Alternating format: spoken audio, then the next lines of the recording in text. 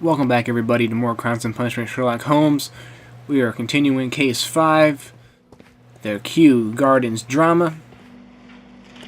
And we just got done doing the autopsy on that dead guy's body. I don't know what happened to him. He might have got lung cancer. Might have got stabbed in the lung. I seriously don't know. We got to put some clues together. We got to go back to the gardens. And we got to look.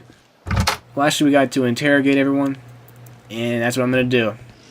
Alright, let's talk to this guy right here again and see what he has to say.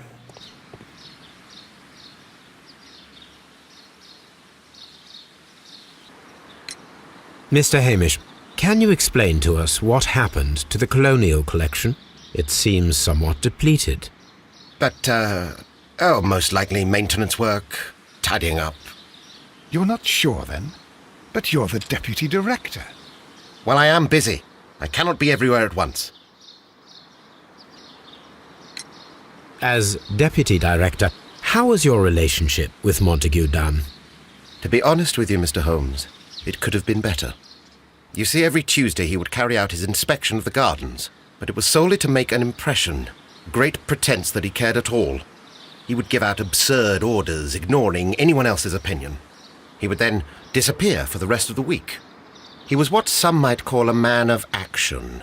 I'd say rather he was overzealous and chaotic. So after all, it was no wonder, perhaps, that he ended up like that, if you take into consideration his kind of lifestyle.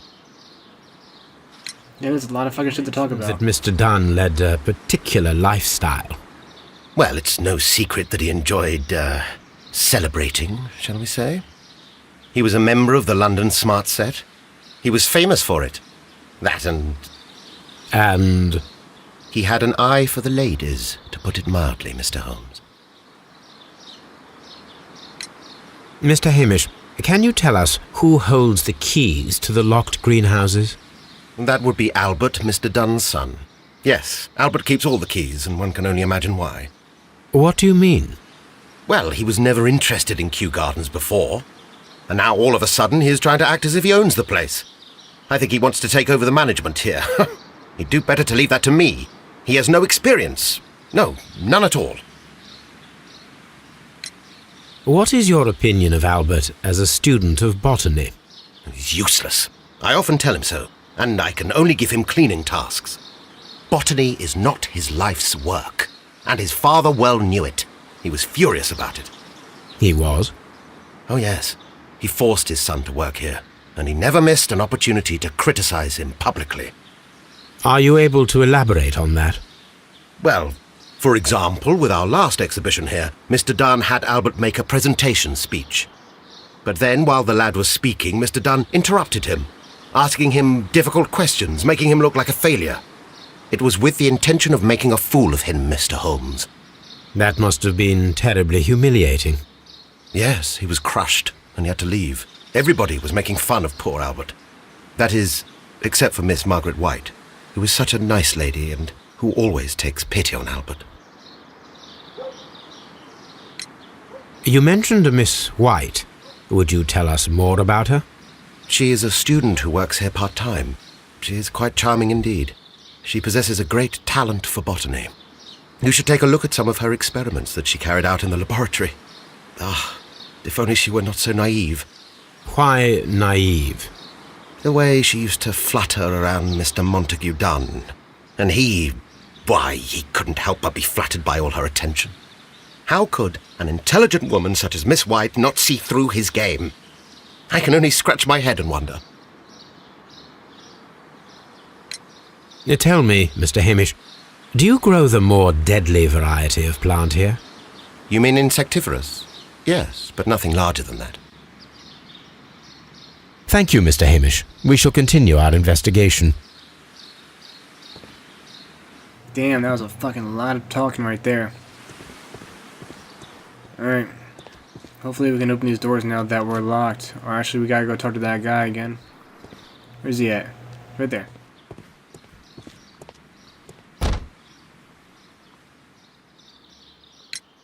Who is Miss Margaret White?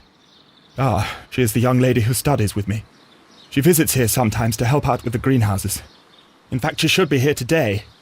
She wanted to work at the seed house. That's the small greenhouse across from the large glass house. We noticed that a part of the colonial collection has been cleared. Ah. At the moment, I'm just dealing with the storage room. I don't know much about the other rooms. I imagine that your relationship with your father may have been a strained one. Yes. I cannot say that he was a kind man, for he never listened to me at all. He forced me to work here. But now, after his death, I've been pondering it over. Perhaps he wasn't so wrong about me after all. I have to follow his path, and I have to manage Kew Gardens, and I can do it. I can be as good as any other who works here. Would you please tell us about Martin Hamish, the deputy director? Well, I have to tell you that Mr. Hamish is not and has never been the deputy director of Kew Gardens. My father would not have tolerated it. Indeed? That is most interesting. He told us that he was. Yes, because he believes that the management should be passed down to him now that my father is dead. But in actual fact, Mr. Hamish only has the honour of being the garden's longest-serving employee. In fact, if we are to think logically at all, it should be me who takes over the management of Kew Gardens. Do you not have a good relationship with Mr. Hamish? I suppose so. But we have very little in common. Mr. Hamish loves his plants and Kew Gardens, and I cannot say that I share his passion. I see. And how was his relationship with your father? Oh, he hated my father. It was obvious. He would be furious whenever my father boasted of Kew Gardens in the newspapers or at conferences. He was convinced that my father was stealing all of the credit for himself. But my father treated Mr. Hamish in the same way as he treated anyone, dismissively, with indifference. Do you hold the keys to all of these locked doors? Yes, you can have them. But I cannot give you the keys to the cloakroom. The employees' effects are private. I am sure you understand. Thank you, young man. We shall see you again soon. I need all those fucking keys. For real.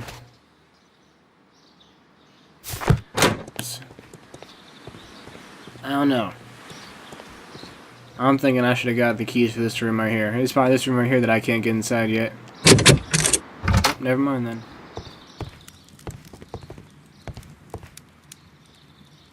This is a table for experiments. It resembles my own. Only this one is kept in good order, Holmes. Heh.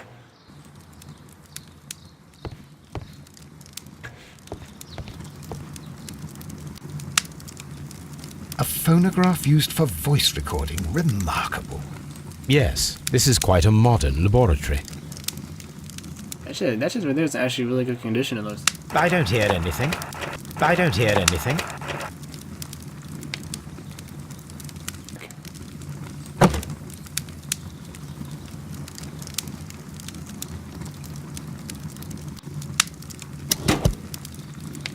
Martin Hamish's perception of plants.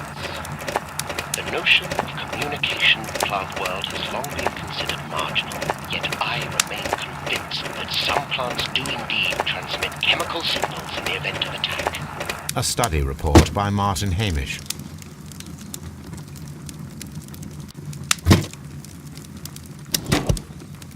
And it seems clear from these multiple experiments that plants do respond to their environment and have a form of consciousness. Margaret White, February 1895. Report number 245. Study report.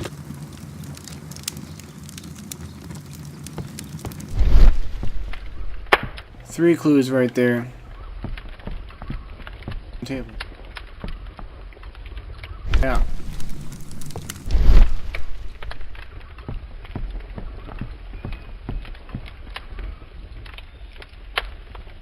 There was a bottle here. It left behind a trace of the substance that pervaded the laboratory. Gold dust? Good heavens. What's it doing here? The gold is almost immune to chemical attacks, so it may be a valuable auxiliary for various experiments. But why would anyone perform such experiments in a botanical garden? Several drops of the substance were spilled.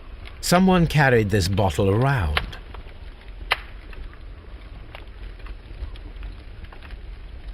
Several drops of the substance were spilled. Someone carried... The bottle is no longer here, but it is possible to detect a faint scent. We need a good nose.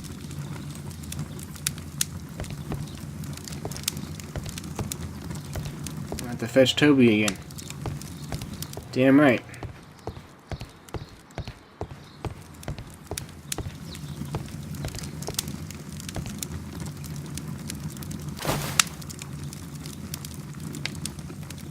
This student's book belongs to Albert. A botany book.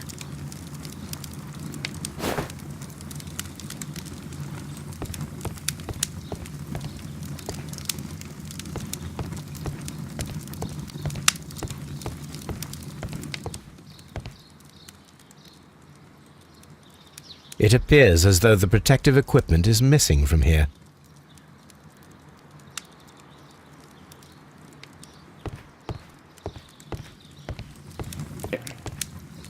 Here. Locked. Holmes, Albert Dunn didn't give us the key to this door. It does not matter. We will open it. Oh, fuck yeah, we will. What'd I say, guys? What the fuck did I say? The only reasons I hear again, I hate these shit. Hold on, guys, give me a second.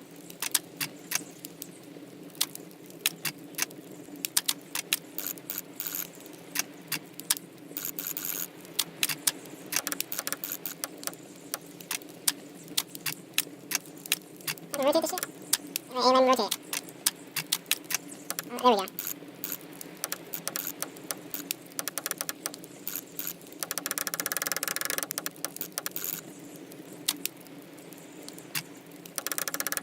Shit, I'm getting it.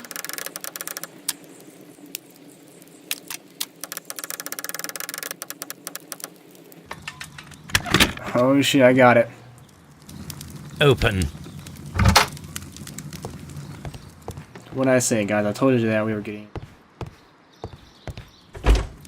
Martin Hamish's locker.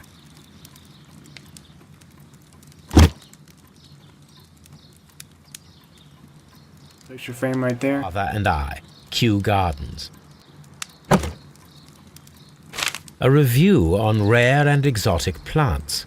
Martin Hamish has written several pieces.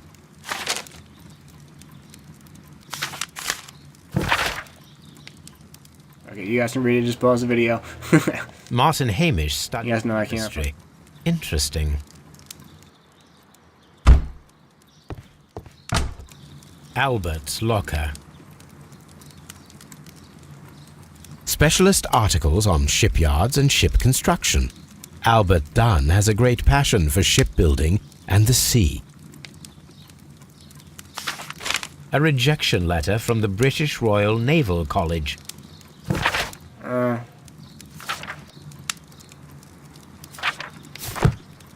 It's just a rejection. No one ever wants to be one of those shits. But hey, it happens. I guess it happened to him.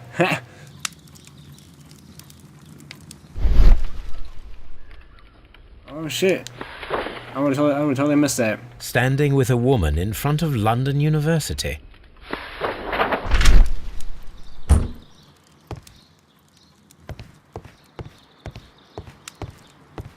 Third one. Miss White's locker.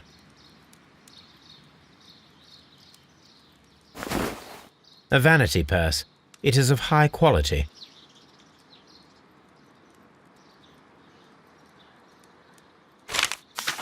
Oh shit!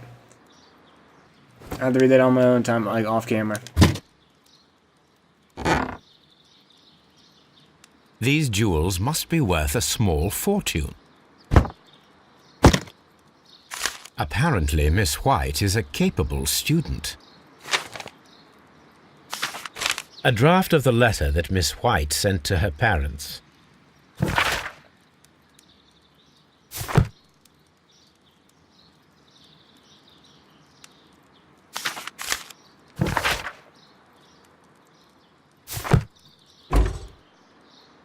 Alright, that's everything inside this room.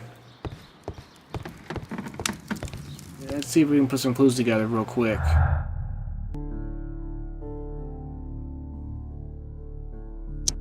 Trapped. and poisoning. Oh yeah.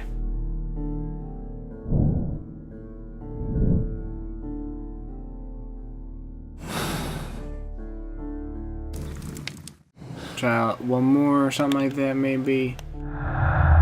Poisoning. You can use poisoning more than once. Alright, hold on. I don't have to read those letters. And then I'll be right back with you guys to pick which one did it. But there's probably like 3 different endings. I found some more pages. I already read the first 5 that I just got inside that first room that I went into. And now I'm picking up some more inside the next room.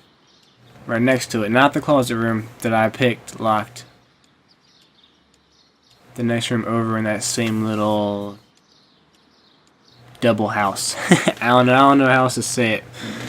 But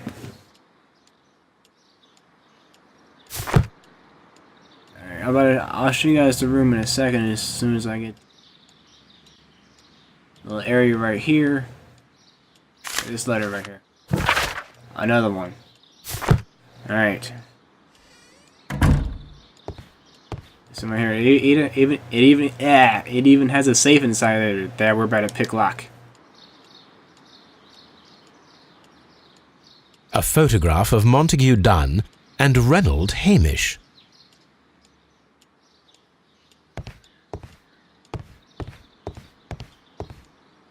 Champagne. Champagne. Montague Dunn had good taste.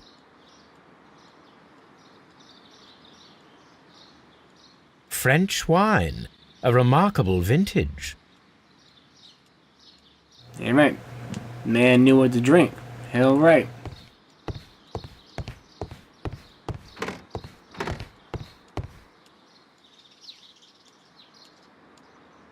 Alright. This is gonna be pretty crazy. Oh my gosh.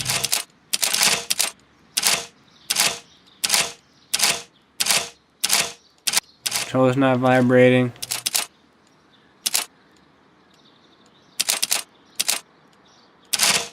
Oh, okay, I see it.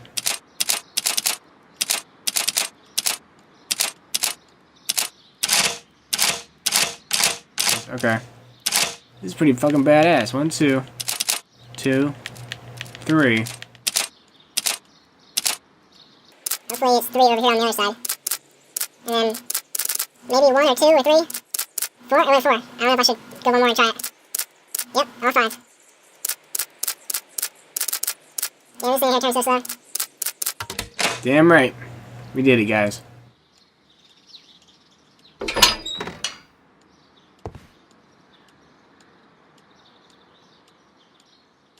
There's no money inside here. Yeah, there is. I don't know. There's a letter. Another fucking letter, of course. But hey, this game right here is really story-driven.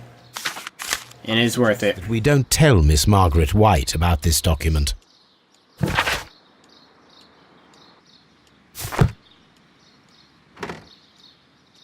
A fucking loan out. Alright. Gathered all the information on that guy. So, thank you guys for watching. Hell yeah. Peace out. See you guys in the next part.